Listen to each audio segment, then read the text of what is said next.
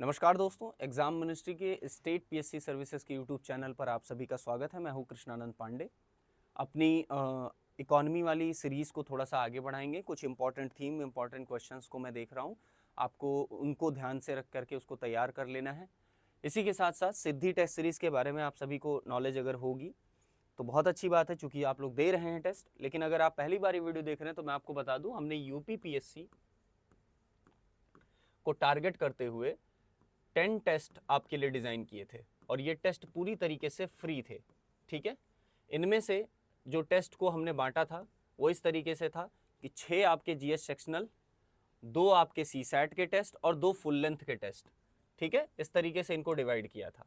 आपको ध्यान रखना है, 6 टेस्ट हमने करवा लिए, सीसैट का एक टेस्ट हो गया, यानी कि अब सिद्धि एक्स का टेस्ट 8 होने वाला है, जो कि सीसैट का टेस्ट है। फ्री ऑफ कॉस्ट टेस्ट है, जिसके तहत आपको आंसर्स मिलते हैं, फ्री मेंटरशिप मिलती है सॉरी, इसके साथ साथ फ्री सेशंस मिलते हैं आपको, मेंटर्स के साथ आपको डिस्कशन करने का मौका भी मिलता है। बात समझ में आ गई आप सभी को? तो ये टेस्ट अगर आपने नहीं दिए हैं तो प्लीज़ मैं कहूँगा ये टेस्ट को ज़रूर दीजिए। अगला टेस्ट आपका संडे को होने वाला है। हर संडे को ये टेस्ट हो रहे हैं आपके, संडे हमने इसको डिज़ाइन किया है। इसके साथ ही साथ अगर आप कोई ऐसा कैंडिडेट है, कोई ऐसा एस्पिरेंट है जो पहली बार देख रहा है, उसको कहना है कि मुझे ये बाकी के 7 टेस्ट भी देने हैं और मैं तैयारी कर चुका हूँ, मैं चाहता हूँ संडे से लेकर के मंडे से लेकर के सैटरडे तक मैं ये सारे टेस्ट दे सकता हूँ, तो बिल्कुल आप ये टेस्ट दे सकते हैं। इसके लिए आप हमें इन्फॉर्म करेंगे पहले।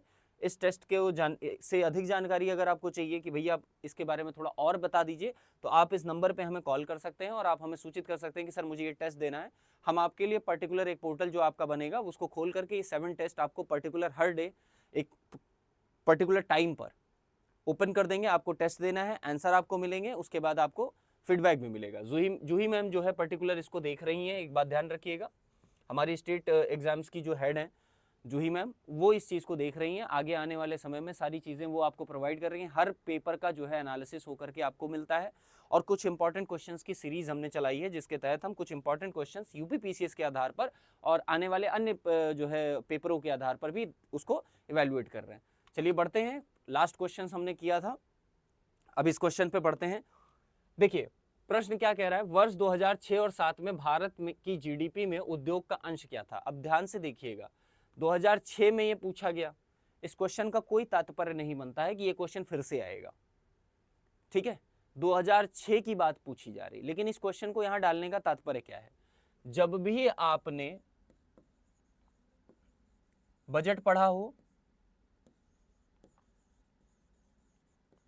आपने नेशनल इनकम पढ़ी हो, आपने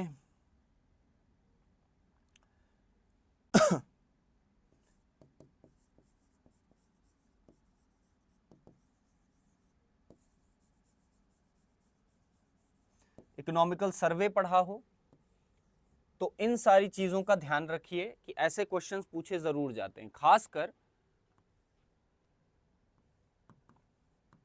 यूपी की इकोनॉमी से भी क्वेश्चंस इसमें पूछे जा सकते हैं।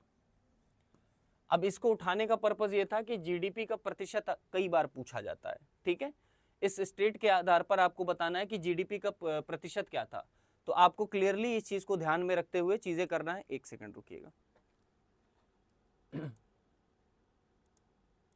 ठीक है, चलिए, तो इसका आपको ध्यान रखना है।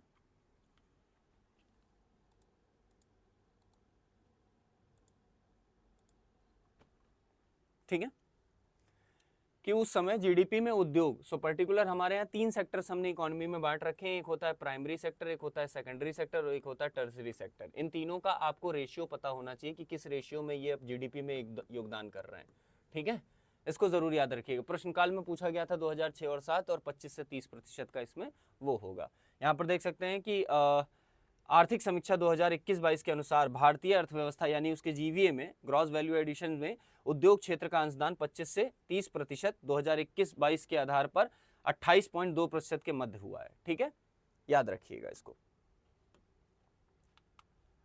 भारत में 8 कोर सेक्टर में किसे शामिल नहीं किया जाता, याद रखिएगा, ये बहुत इंपॉर्टेंट क्वेश्चन है, इसलिए क्योंकि इसमें आप देखेंगे तो दो बार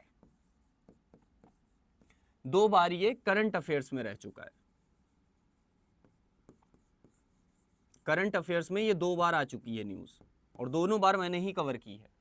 तो इस बारे में मैं आपको बता दे रहा हूं कि कुछ चीजें जो पेपर में बार बार आपसे पूछी जा रही हैं, जो बार बार आपसे ये कहा जा रहा है कि ये लाइमलाइट हो रही है कि भैया ये प्रकाश में आ रही है, बार बार उस चीज के बारे में कोई ना कोई न्यूज आ रही है, ठीक है, कोई डेटा प्रोवाइड किया जा रहा है, तो आपसे उससे क्वेश्चन पूछे जा सकते हैं।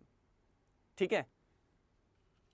अब आपसे पूछा गया है, एक आपने इंडेक्स पढ़ा होगा आईआईपी इंडेक्स, उससे रिलेटेड ये खबर 2 बार आ चुकी है, इसलिए मैं कहूंगा इस बार इस खबर पर ध्यान रखिए। छत्तीसगढ़ पीसीएस 2016 में यह प्रश्न पूछा गया कि टोटल 8 कोर इंडस्ट्रीज होती हैं जो किसी इकोनॉमी को बेसिक से उठाने का प्रयास करती हैं। 8 मूलभूत जो है उद्योग ऐसे होते हैं, उनमें से एक उद्योग इसमें नहीं शामिल है, और आपको 8 उद्योग का नाम ध्यान रखना है। वो चीजें आपको आंसर में भी दिख जाएंगी, लेकिन आपको बताना है कि इसमें से कौन सा ऐसा उद्योग है जो नहीं है। तो याद रखिएगा, 8 आधारभूत संरचनाओं को इस्तेमाल करने के लिए अगर आपको ऊर्जा चाहिए तो कोल चाहिए, उर्वरक कृषि को जो है मजबूत बनाने के लिए, विद्युत जो है वो भी आपको चाहिए ताकि आप अदर एक्टिविटीज कर सके, और कोयला और विद्युत इस समय अगर देखा जाए तो एक दूसरे से लिंक है। सीमेंट जो है इंफ्रास्ट्रक्चर बिल्ड करने के लिए, लेकिन रसायन जो एक ऐसा चीज है जो उसमें शामिल नहीं है। तो आपसे कहा जा रहा है भारत में 8 कोर सेक्टर कौन कौन से हैं? कोल है, कच्चा तेल है, प्राकृतिक गैस है, रिफाइनरी है, उर्वरक है, इस्पात है यानी स्टील है, सीमेंट है और विद्युत है। ये 8 ऐसी इंडस्ट्रीज होती हैं जो किसी भी इकोनॉमी को बेसिक से उठाने का प्रयास करती हैं। ठीक है, इनका बहुत बड़ा योगदान होता है। बात क्लियर है? इस बात का ध्यान रखिएगा, इसलिए मैं कहूंगा इस क्वेश्चन को जरा ध्यान रखिएगा, इंपॉर्टेंट क्वेश्चन की श्रेणी में है। स्पेशल इकोनॉमिक जोन, ठीक है, की नीति देश में पहली बार कब आरंभ की गई थी? सेज के बारे में पूछ रहा है। सेज स्पेशल इकोनॉमिक जोन, विशिष्ट आर्थिक क्षेत्र, भारत में पहली बार कब जो है वो किया गया था? तो आपको करेक्ट आंसर बताना है। 1991, 2005, इनमें से कोई नहीं, 2000। ठीक है, 2000 में पहली बार हमने, झारखंड पीसीएस में क्वेश्चन पूछा गया कि 2000 में पहली बार हमने सेज का कॉन्सेप्ट लागू किया। भारत सरकार ने अप्रैल 2000 में विशेष आर्थिक क्षेत्र की नीति की घोषणा की। यह एक शुल्क मुक्त आर्थिक क्षेत्र है जहां व्यापार संचालन और शुल्क और तटकर से काफी छूट प्रदान होती है, और भारत सरकार विशेष आर्थिक क्षेत्र अधिनियम 2005 में पारित किया गया, जो फरवरी 2006 से प्रभावी है। अगर आपसे पूछा गया होता कि स्पेशल इकोनॉमिक जोन अधिनियम पारित कब किया गया, तो 2005 आंसर हो जाता, लागू 6 से हुआ है ये, और पूछा गया है कि इस नीति को ही कब देश में पहली बार आरंभ किया गया, तो 2000 में इसको लागू किया गया। सो बेसिकली क्या होता है कि ये एक ऐसे क्षेत्र होते हैं, सेज की बात ध्यान से समझ लीजिए। सेज क्या होता है?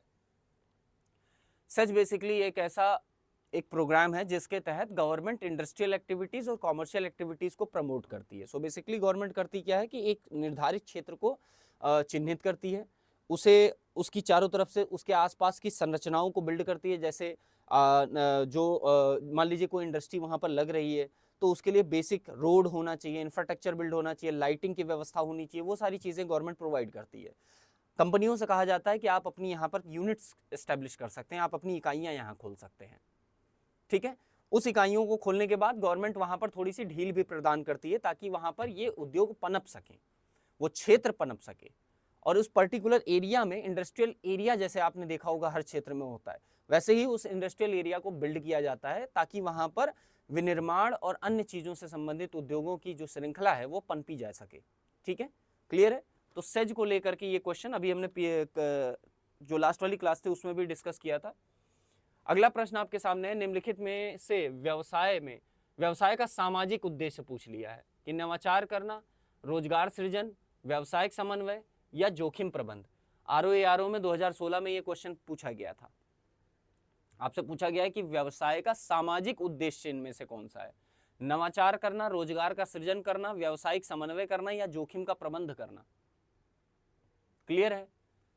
समाज से संबंधित रोजगार का सृजन, सामाजिक लोगों को अगर रोजगार मिल रहा है तो वो इसका सामाजिक उत्तरदायित्व का पार्ट माना जाता है। यहाँ पर ये चार्ट बना हुआ है, इसको आप आराम से देख लीजिएगा। आर्थिक उद्देश्य, सामाजिक उद्देश्य, ठीक है।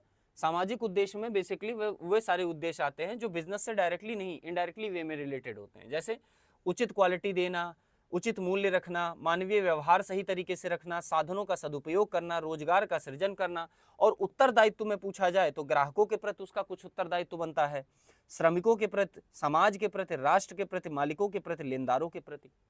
ठीक है, तो इसको जरूर कर लीजिएगा। क्लास 12 एनसीईआरटी, बेसिक एनसीईआरटी के क्वेश्चंस भी पूछे जा रहे हैं, देख लो। भारत में औद्योगिक विकास हेतु संयुक्त क्षेत्र, ठीक है, का विचार किस औद्योगिक नीति में के प्रस्ताव में रखा गया था, बताइए। 1948 की औद्योगिक नीति, इंडस्ट्रियल पॉलिसी, 1956, 1980, 1991। कहा जा रहा है संयुक्त क्षेत्र, ज्वाइंट एरिया का कॉन्सेप्ट किस में रखा गया था, तो याद रखिएगा 1948, 1980, 1991 नहीं बल्कि 1956 में रखा गया था।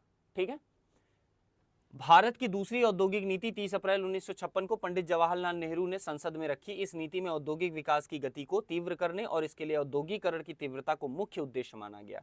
औद्योगिकरण की प्रक्रिया को तीव्र बनाने के लिए सार्वजनिक क्षेत्र और सहकारी क्षेत्र का विस्तार करना, आय और संपत्ति वितरण में समानता लाना और इस क्षेत्र में एकाधिकारी गतिविधियों पर रोक लगाना इस नीति की प्राथमिकता में था। ठीक है, तो संयुक्त क्षेत्र के बारे में पहली बार जो है 1956 की आर्थिक नीति में डिस्कस किया गया। ऐसे क्वेश्चंस पूछने के चांसेस ज्यादा होते हैं क्योंकि इसी तरह के क्वेश्चन डायरेक्टली पूछ लिए जाते हैं और आप सोचते हैं कि पूरी औद्योगिक नीति के बारे में पढ़े थे, इतना डीप तो नहीं पढ़े थे। तो इन क्वेश्चंस को भी इसीलिए मैं बार बार इस चीज पे रिपीट कर रहा हूँ कि इन क्वेश्चंस को इसलिए कर लीजिए क्योंकि ऐसे क्वेश्चंस आपको देखने में लगते हैं कि यार ये कब पूछे गए थे, अब थोड़ी पूछे जाएंगे। तो उनके रिवीजन को देखिए, उनका रिवाइज वर्जन जो है उस पर आप ध्यान दे लीजिए। कुछ समय पहले भारत सरकार ने व्हाइट गुड्स अभी हाल ही में चर्चा में थे जीएसटी 2.0 की रिफॉर्म में। जो जीएसटी 2.0 है ना, उसमें व्हाइट गुड्स के बारे में बात की गई है।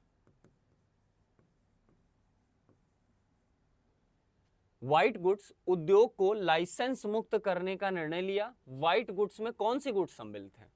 अभी हाल ही में और कई दिन से ये जो है चर्चा का विषय है, एक मुद्दा बना हुआ है। ठीक है, पक्ष विपक्ष भिड़े जा रहे हैं, खोपड़ी फोड़े जा रहे हैं, लेकिन इसमें देख लेते हैं। स्टेनलेस स्टील और एल्युमिनियम के बर्तन, दुग्ध और दुग्ध उत्पाद, इसके साथ ही साथ प्रदर्शन उपभोग के लिए खरीदी गई वस्तुएं, साबुन, डिटर्जेंट और अन्य आम उपभोग की वस्तुएं। आईएएस प्री 1998 में ये क्वेश्चन पूछा गया और ये क्वेश्चन इसलिए आने के चांस है क्योंकि जीएसटी रिफॉर्म में व्हाइट गुड्स को लेकर के बातचीत हुई है। अब आपको बताना व्हाइट गुड्स क्या होती है। सो बेसिकली व्हाइट गुड्स वो होती हैं, इनमें थोड़ी सी लग्जीरियस और आरामदायक वस्तुओं को लाया जाता है, जैसे एसी, रेफ्रिजरेटर, कूलर, है ना। कूलर भी कौन सा, वो डब्बा वाला नहीं, अच्छा कूलर की बात कही जा रही है। तो प्रदर्शन के उपयोग के लिए जो वस्तुएं होती हैं वो इसमें आती हैं। सी इज द करेक्ट ऑप्शन। यहाँ पर आप देख सकते हैं टीवी हो गया, फ्रिज हो गया, वॉशिंग मशीन हो गया, कार हो गया इत्यादि, ये व्हाइट गुड्स के नाम से जानी जाती हैं। ठीक है, अगला है कंपनी द्वारा लाभांश की घोषणा की जाती है निर्गमित पूंजी पर, अधिकृत पूंजी पर, अभिदत्त पूंजी पर या कुल प्रयुक्त पूंजी पर। बताइए, आपसे क्लियरली अभिदत्त पूंजी इसका करेक्ट ऑप्शन होगा। ठीक है, अभिदत्त पूंजी पर जो है लाभांश को वो किया जाता है, निर्गमित किया जाता है, लाभांश की घोषणा की जाती है। कई बार इस पर क्वेश्चन अलग अलग तरीके से पूछे जाते हैं, इस बात का ध्यान रखिएगा। तो लाभांश पूछ लिया जाता है और इसी तरीके से जो शेयर होता है उस पर डिविडेंड मिलता है। और डिवेंचर क्या होता है उसके बारे में आप कमेंट सेक्शन में जरूर बताइएगा। What do you mean by ऋण पत्र? ठीक है, डिवेंचर क्या होते हैं और डिवेंचर पे क्या इनकम मिलती है, इनकम जो जनरेट होती है उसको क्या बोलते हैं। ठीक है, चलिए, किसी कंपनी द्वारा अंश, ये क्वेश्चन भी पूछा गया है, किसी कंपनी द्वारा अंशों का निर्गमन यानी कि इशूड ऑफ शेयर्स किन किन आधारों पर किया जाता है, इस पर भी एक क्वेश्चन पूछा जाता है। कमेंट सेक्शन में बताइएगा कि क्वेश्चन ये है कि कोई भी कंपनी निम्नलिखित में से किन चीजों किस आधार पर अपने अंशों का निर्गमन नहीं कर सकती, बट्टे पर, प्रीमियम पर, सममूल्य पर, इन तीनों में से या उपरोक्त में से कोई नहीं। ठीक है, बताइएगा निम्नलिखित में से निम्न में से किसके लिए उद्यमी हेल्पलाइन स्थापित की गई थी। उद्यमी हेल्पलाइन किसके लिए स्थापित की गई थी? यूपीपीसीएस प्री एग्जाम 2015 में ये क्वेश्चन पूछा गया था, बताइए। क्लियर, सूक्ष्म और लघु और मध्यम उपक्रमों के लिए, बड़ी पूंजी वाली कंपनियों के उद्योगों के लिए, महिला उद्यमियों के लिए, कृषि में प्रौद्योगिकी का प्रयोग करने वाले कृषकों के लिए। और क्वेश्चन का जो है वो उद्यमी वाली हेल्पलाइन से बात पूछी गई है। तो जाहिर सी बात है किसी चीज को प्रमोट करने के लिए, किसी चीज के किसी भी तरीके की कोई समस्या का निवारण करने के लिए एक ऐप जो है बनाया गया, एक हेल्पलाइन स्थापित की गई जिसके तहत ये कहा गया कि इसके तहत कुछ ऐसे उद्योग होंगे, यानी कि लघु, मध्यम और सूक्ष्म, इन उद्योगों के उद्यमियों के लिए सहायता हेतु एक हेल्पलाइन शुरू की गई जिसे कहा गया कि उद्यमी हेल्पलाइन। और उसको जो है बेसिकली अगर आप देखेंगे तो माइक्रो, स्मॉल और मीडियम जो है उपक्रम होते हैं उनको हेल्प देने के लिए बनाया गया था। A option is correct. ठीक है,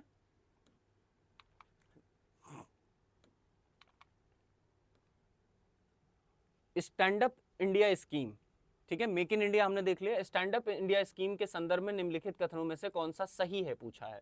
इसका प्रायोजन SC ST एवं महिला उद्यमियों के उद्यमिता को प्रोत्साहित करना है, या सिडबी के माध्यम से पुनर्वित्त यानी कि फाइनेंस इसका सिडबी के द्वारा करने का प्रावधान है। ठीक है, आपको बताना है ऊपर दिए गए कूट में से कितने कूट सही हैं। ठीक है, तो आपको क्लियर ध्यान देना है, याद रखिएगा स्टैंड अप इंडिया स्कीम इसको SC और ST, ठीक है, SC और ST एवं महिला उद्यमियों के लिए शुरू किया गया, सिडबी के द्वारा यह पुनर्स्थापित है, तो सी ऑप्शन इज करेक्ट। अगला क्वेश्चन है सिडबी जो है इसकी स्थापना कब हुई थी, यह प्रश्न। इसके साथ ही साथ आपसे पूछा जा सकता है मुख्यालय। अब याद रखिएगा ये प्रश्न ऐसे डायरेक्ट नहीं पूछेंगे सिडबी का मुख्यालय कहाँ है, आपको भी पता है उत्तर प्रदेश की राजधानी में ही, लेकिन इनको स्टेटमेंट वाइज डाल करके सिडबी से संबंधित क्वेश्चंस पूछे जा सकते हैं। जैसे आपसे कई बार यूनियन ट्रस्ट ऑफ इंडिया के बारे में क्वेश्चन पूछ लिया जाता है, यूनिट ट्रस्ट ऑफ इंडिया, है ना। उसके बाद आपसे क्वेश्चन पूछ लिया जाता है कि वर्ल्ड बैंक, है ना, फाइनेंशियल इंस्टीट्यूशन से क्वेश्चन ऐसे डायरेक्टली पूछ लिए जाते हैं। चलिए, कॉर्पोरेट सोशल रिस्पॉन्सिबिलिटी संबंधी कानून सबसे पहले किस देश ने बनाया था, भारत ने बनाया था। D option is correct. याद रखना छत्तीसगढ़ PCS 2015 में क्वेश्चन पूछा गया था। सबसे पहले कॉर्पोरेट सोशल रिस्पॉन्सिबिलिटी, ठीक है, तो लास्ट वाले लेक्चर में हमने CSR के बारे में देखा था। CSR में क्या क्या चीज़ें होती हैं, कैसे कैसे चीज़ें होती हैं। पिछले 3 वर्षों के जो है प्रॉफिट के जो है एवरेज के आधार पर 2% CSR देना होता है। इसके साथ ही साथ ये भी कहा जाता है कि जो CSR होता है उसके अन्य उद्देश्य क्या क्या हो सकते हैं, ये क्वेश्चन भी पूछा जा सकता है। तो CSR जब आपने पढ़ा था तो ज़रूर देखिएगा उसके बारे में।